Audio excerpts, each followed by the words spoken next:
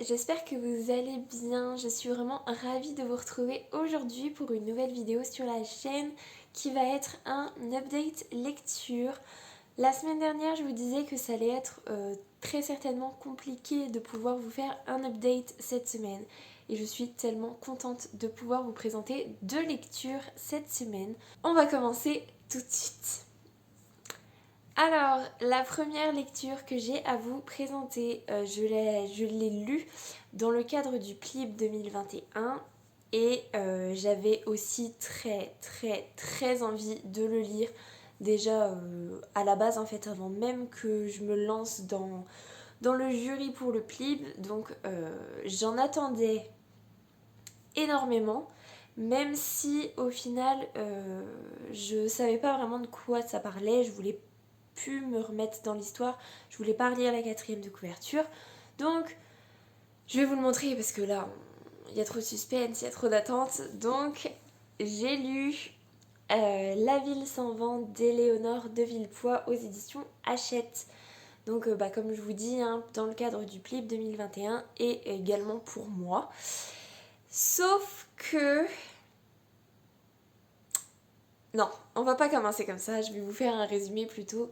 Donc dans cette histoire en fait on va suivre principalement deux personnages. Donc on a Lastianax, si je ne dis pas de bêtises, qui est un jeune homme de 19 ans qui vient de passer sa soutenance pour devenir mage.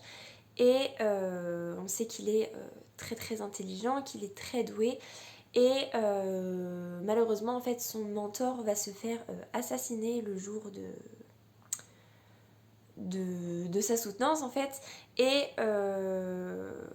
voilà, c'est vraiment l'information importante pour ce personnage là. Donc lui en fait ce qui va l'importer c'est de trouver en fait qu'est-ce qui se manigance, pourquoi son mentor a été assassiné, en sachant en plus que son mentor fait partie des ministres et que du coup bah forcément il va falloir trouver quelqu'un pour remplacer le ministre. Et donc comme c'était son disciple forcément il est tout indiqué pour prendre sa place. Donc voilà, on a ce côté-là avec Lastianax qui est un jeune mage, qui est dans les complots politiques au niveau du ministère, qui veut savoir ce qui se trame en fait. Et en parallèle, on va avoir Arka, qui est une jeune fille qui a 13 ans, qui est seule. Hein, elle, en fait, clairement sur la couverture, c'est elle en fait, Arka. Elle va arriver dans la ville d'Hyperborée pour essayer en fait de trouver son père. On sait qu'elle a un passé compliqué, que énormément de monde dans son entourage sont décédés. Et elle, du coup, elle a juste une information, c'est que son père vit à Hyperborée, c'est un mage, et il a vécu dans sa ville natale il y a 14 ans, 14-13 ans. C'est tout ce qu'elle sait, et elle, ce qu'elle veut, c'est vraiment retrouver son père. Voilà. En gros, c'est ça sa problématique de base à elle. Et voilà, on va avoir une alternance de points de vue pour faire avancer l'histoire de chacun, jusqu'à temps que, évidemment, les deux chemins, en fait, se recroisent. Et en gros, voilà pour le pitch de base. Donc, ce que j'en ai pensé, j'ai mis 1 semaine et demie à le lire, je crois, en sachant que, je sais plus, il fait 500 pages, même pas, il fait 440 pages, il est pas très gros, voilà, j'ai mis 1 semaine et demie alors qu'il me faisait très envie.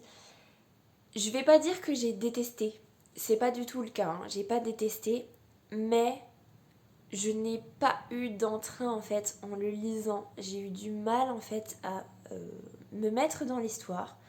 J'ai eu du mal à avoir envie de me replonger dans l'histoire. Quand j'ai dépassé la moitié du livre, ça a commencé à devenir un petit peu plus intéressant. Et sur le dernier quart, on va dire, là c'était vraiment, il y avait pas mal d'action et j'avais envie de savoir la fin, j'avais envie de savoir comment ça allait se conclure. Voilà, donc ça a vraiment été en 3 temps ma lecture. Première partie très lente, c'était vraiment très lent, très long à lire du coup. Et forcément, bah, j'étais un peu déçue parce que c'était pas du tout ce à quoi je m'attendais et ce que je voulais lire au final. Ensuite, il y a eu la deuxième partie donc où ça a été un peu mieux et la troisième partie où là, par contre, là vraiment, je l'ai presque fini tout d'une traite en fait. Les 100 dernières pages, les 80 dernières pages, on va dire, j'ai presque tout lu d'une traite, il me semble. Ce qui m'a gênée, c'est que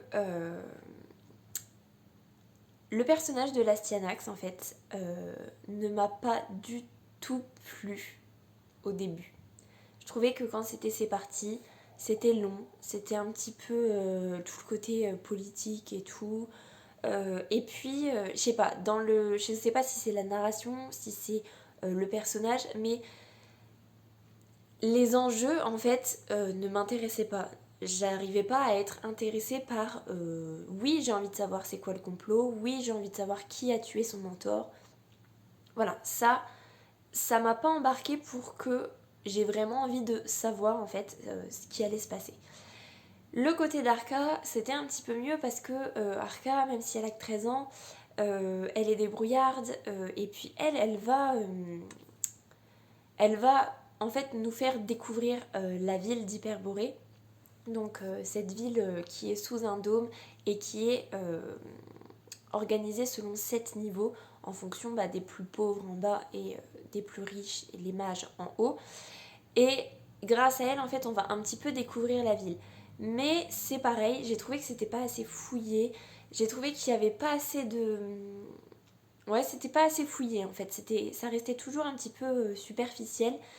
Et du coup, voilà, ça m'a pas passionné plus que ça. Et bah ouais, super déçue du coup. Et voilà. Le premier point qui m'a déçue, c'est vraiment que j'ai trouvé. Alors, je sais pas si c'est le style, je sais pas si c'est l'écriture, je sais pas si c'est. S'il y a un petit peu le côté des personnages, mais ça m'a pas transcendé. Donc, il y a déjà ce premier point-là. Et. Alors, c'est du jeunesse, certes, mais tout est extrêmement prévisible. Alors, pour le coup, j'avais pas vu venir en fait à la toute fin en fait, j'avais pas vu venir quelque chose, mais sinon tout le reste c'est très prévisible parce que dans la façon d'écrire en fait, l'auteur elle va insister lourdement sur certains points et même pas forcément lourdement mais à certains moments en fait pour l'enquête en fait, il va y avoir une phrase et on se dit non mais si cette phrase est mise là, c'est que c'est important, c'est qu'il va se passer ça. Et du coup, en fait, pas trop de surprise au final, parce que même quand les révélations arrivent, oui, bah je sais, j'étais au courant, j'avais déjà deviné, et ça a été comme ça quasiment tout du long, juste pour savoir qui était dans le coup pour une chose, ça je l'avais pas trop vu venir, mais voilà, c'est du coup je suis un petit peu triste de ma lecture parce que vraiment j'en attendais énormément, même si je ne savais pas de quoi ça allait parler, j'en attendais beaucoup et voilà. Après la toute fin, j'ai vraiment bien aimé la toute fin, mais comment ça se termine? Alors clairement il y a le tome 2 et on a quand même envie de savoir comment ça va se régler. Mais en le terminant, je me suis pas dit oh, il me faut absolument le tome 2, j'ai envie de savoir désespérément ce qui va se passer. Je pense en fait que je m'arrêterai là et que c'est pas très très grave si j'ai pas le fin mot de l'histoire au final, puisque comme je vous dis, ça m'a pas. Tout du long du premier tome, en fait, j'avais pas spécialement envie de savoir. On m'a pas suffisamment hypé pour que j'ai envie de savoir la fin. Donc voilà, je suis un petit peu déçue.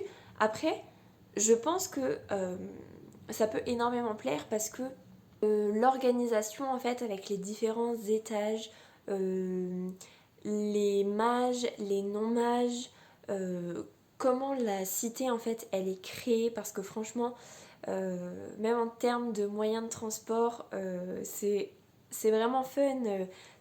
Franchement, ça a l'air vraiment fun.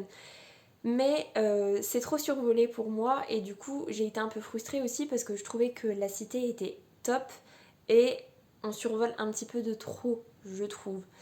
Donc voilà, au final c'est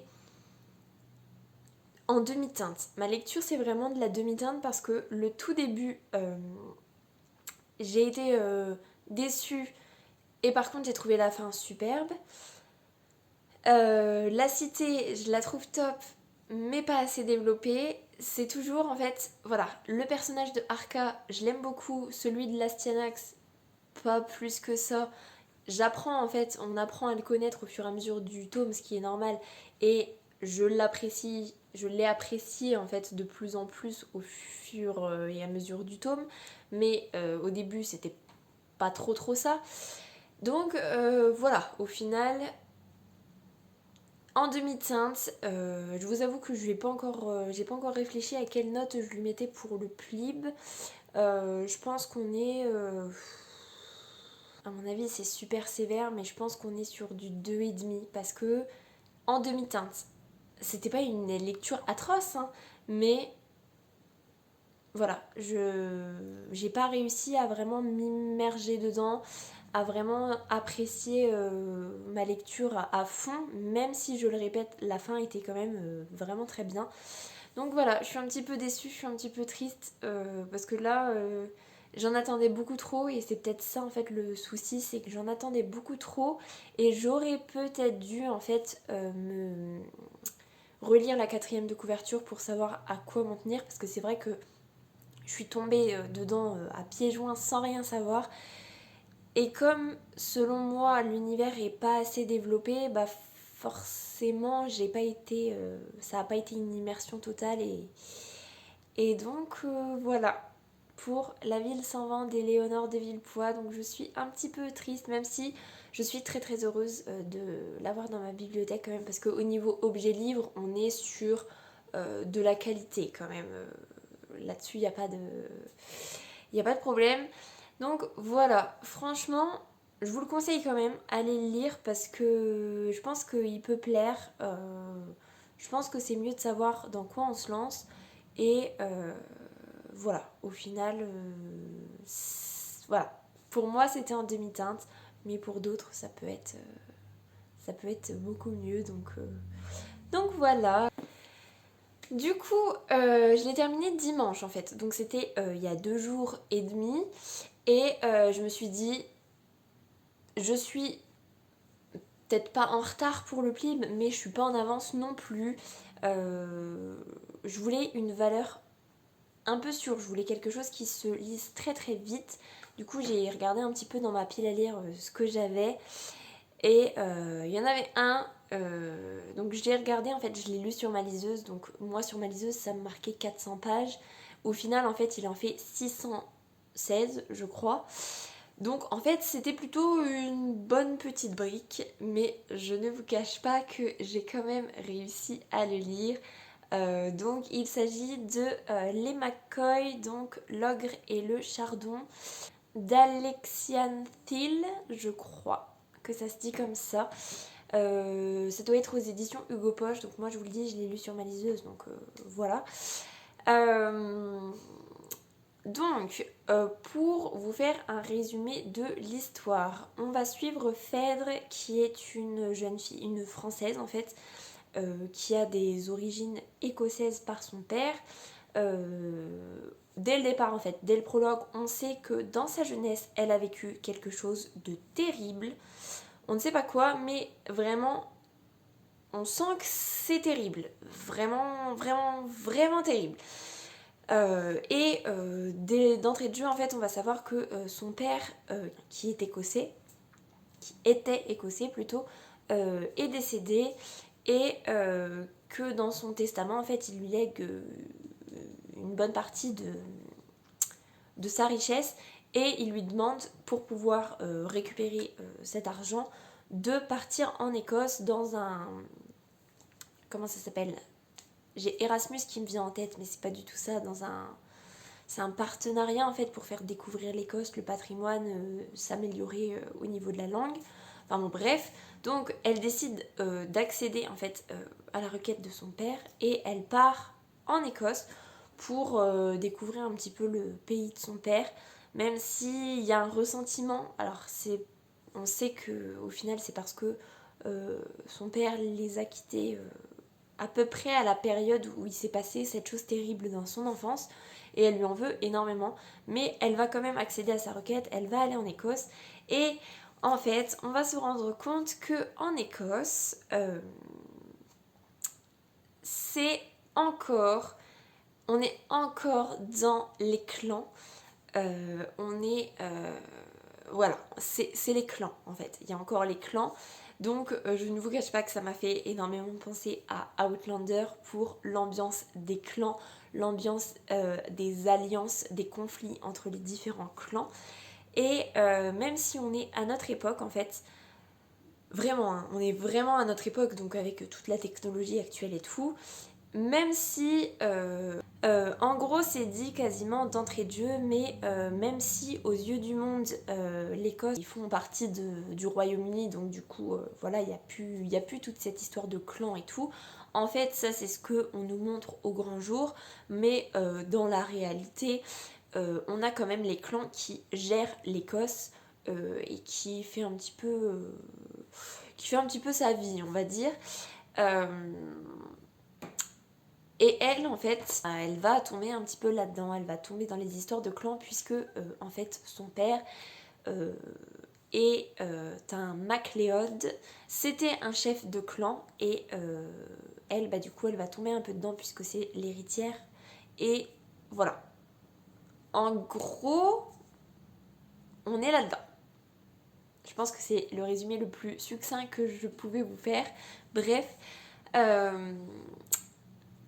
j'en ai entendu parler par Piketty Bookin qui disait que c'était excessivement addictif, que je crois qu'elle a enchaîné directement avec le tome 2, il me semble, tellement c'était addictif. Et je la rejoins totalement, mais tellement addictif, incroyable. Je l'ai commencé lundi soir en rentrant du boulot. Je l'ai terminé ce matin, en sachant que bah, j'ai eu quand même tout mon mardi de boulot et genre j'ai même pas lu le midi puisque j'étais de réunion, enfin bon, bref. Donc je n'ai lu que lundi soir, mardi soir et 40 minutes ce matin, donc je l'ai fini tellement vite parce que tellement addictif que en fait lundi soir je me suis posée dans le canapé pour le commencer. Finalement je devais préparer quelque chose d'élaboré au niveau du repas du soir. J'ai eu la flemme absolue parce que je ne pouvais pas lâcher mon bouquin et j'ai continué à lire. Voilà, la fatigue de la journée a fait que j'avais très envie d'aller me coucher, mais en même temps c'était pas possible, donc j'ai continué. À minuit, je me suis dit là tu abuses quand même, donc tu vas aller te coucher, sauf que je suis allée me coucher, mais comme c'était sur ma liseuse, j'ai continué à lire jusqu'à 1h du matin. Voilà, clairement, j'ai fait à peu près 18h, 1h du matin, presque non-stop lundi soir pour le lire. Et mardi soir, pareil, je vous avoue, ce coup-ci, j'ai plus préparé à manger, mais en préparant à manger, je lisais en parallèle. Et voilà, c'était super addictif. Après, objectivement, je ne pense pas que ce soit un chef-d'œuvre, mais l'ambiance écossaise, l'ambiance des clans, des conflits, euh, la relation, parce que clairement, je vous l'ai pas dit, mais on est sur une jeune fille qui arrive, qui découvre un petit peu tout ça, qui va être, euh, comment dire, un peu chapeautée par un autre clan, et particulièrement bah, par le laird de ce clan, qui ne la laisse pas indifférente. Donc on est sur de la romance, hein. De toute façon Hugo Poche c'est de la romance, clairement. Voilà, c'est très addictif parce que la romance est super intéressante. Moi qui adore quand les personnages souffrent, bah là elle a un passé excessivement difficile, on devine au fur et à mesure de l'histoire ce qui s'est passé et effectivement on est sur quelque chose d'assez lourd et elle a encore beaucoup de mal, même 10 ans après, à s'en remettre. Et le fait de retomber en fait Elle va en fait retrouver les personnes en fait qui lui ont fait vivre des choses compliquées dans son enfance. Donc ça va la chambouler d'autant plus. Donc moi, ça, cette partie-là, j'adore, hein, je ne le dirai jamais assez. C'est mon côté vraiment horrible qui aime quand mes personnages souffrent. Qu'est-ce que vous voulez que je vous dise? C'est comme ça, hein, j'apprécie dans les histoires. C'est tout, hein. Donc ça, c'était vraiment super bien.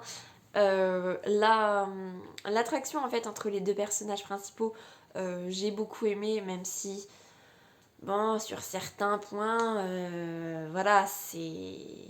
On a un petit côté rustre, on va dire, qui pourrait être un peu embêtant et elle passe vite à côté en fait. Donc, bon, voilà, je passe. Mais voilà, c'était vraiment super addictif, vraiment super bien. Et l'ambiance de l'Écosse, l'ambiance des clans, je vous dis, ça m'a vraiment embarqué. J'avais vraiment envie de savoir comment elle allait se dépatouiller, comment elle allait réussir en fait à reprendre en fait la place qui lui est due. C'était voilà, super addictif. Je ne vous cache pas que dans ma liseuse, je n'ai que le premier tome. En le finissant, en fait, direct, je suis allée voir sur ma librairie si ils l'avaient, donc ils ne l'ont pas. Il va falloir que je le commande. Et je vous cache pas que je vais peut-être craquer pour le reprendre sur ma liseuse quand même, pour pouvoir le continuer direct. Je sais pas trop. Je sais pas si c'est une bonne idée parce que j'ai pas envie de devenir tellement addict que bah du coup je m'en dégoûte en fait, mais voilà, c'était vraiment super bien. Je ne regrette pas du tout d'avoir écouté Piketty quand elle disait que c'était top et que voilà, elle avait envie de se plonger dedans et que c'était même une surprise pour elle parce que c'était pas trop son truc de base et que voilà, elle avait totalement embarqué dedans. Et ben j'ai totalement embarqué dedans, c'était super et j'ai adoré en fait encore une fois retrouver ce côté très je ne peux pas lâcher mon bouquin.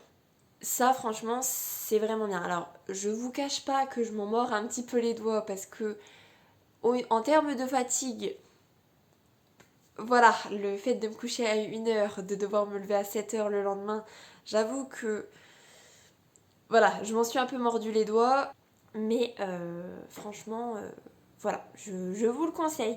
Si l'Écosse, ça vous plaît, si les romances un peu à la Hugo Poche vous plaît, franchement, allez-y. C'était vraiment super addictif. Mais je le répète, objectivement, je pense pas que ce soit un roman, comment dire, qui parte totalement dans le coup de cœur, dans. C'est pas si fouillé que ça. Ça m'a fait énormément penser à Outlander pour le côté Écosse, mais au final, on n'est pas du tout sur la même façon en fait d'écrire, puisque Outlander c'est quand même très historique, très très très décrit. On est dans quelque chose de très très travaillé, alors que là c'est un peu moins travaillé selon moi. Mais ça n'empêche pas du tout que je suis totalement conquise, que je pense que je vais vous parler du tome 2 très très prochainement. Et voilà, en gros, là-dessus, par contre, super bonne lecture. Je ne regrette pas du tout d'avoir fait ce choix-là parce que c'était trop bien, tout simplement. Et que voilà. Donc je vous le conseille. Après, si vous n'êtes pas trop romance, tout ça, peut-être pas. Peut-être pas, même si au final, c'est pas tant le principal, je dirais. Parce qu'on a quand même vraiment les complots, les alliances, les liens qu'il y a entre chaque clan et les liens dans un même clan. Ça prend quand même énormément de place. Donc voilà, je ne peux que vous le conseiller. Voilà pour les McCoy.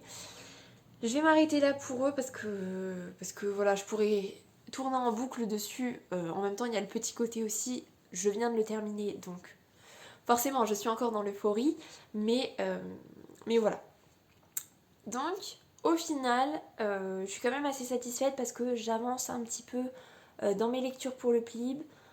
J'avance quand même dans mes lectures parce que, mine de rien, bah, c'est le 4e livre que je finis pour le mois de janvier. On n'est que le 20 aujourd'hui. Je me dis que en termes de rythme de lecture, finalement, j'arrive à contrebalancer un rythme lent par un rythme beaucoup plus soutenu par la suite. Donc ça c'est plutôt cool, je suis plutôt assez satisfaite. Et voilà. Sur ce, je vais pas vous embêter plus longtemps. J'espère que cette vidéo vous aura plu. Si c'est le cas, n'hésitez pas à mettre un petit pouce dans les airs, à vous abonner à la chaîne et à venir discuter avec moi en commentaire. Ça me fera super plaisir. En attendant, je vous souhaite une très belle semaine, de très belles lectures et je vous dis à la semaine prochaine. Salut!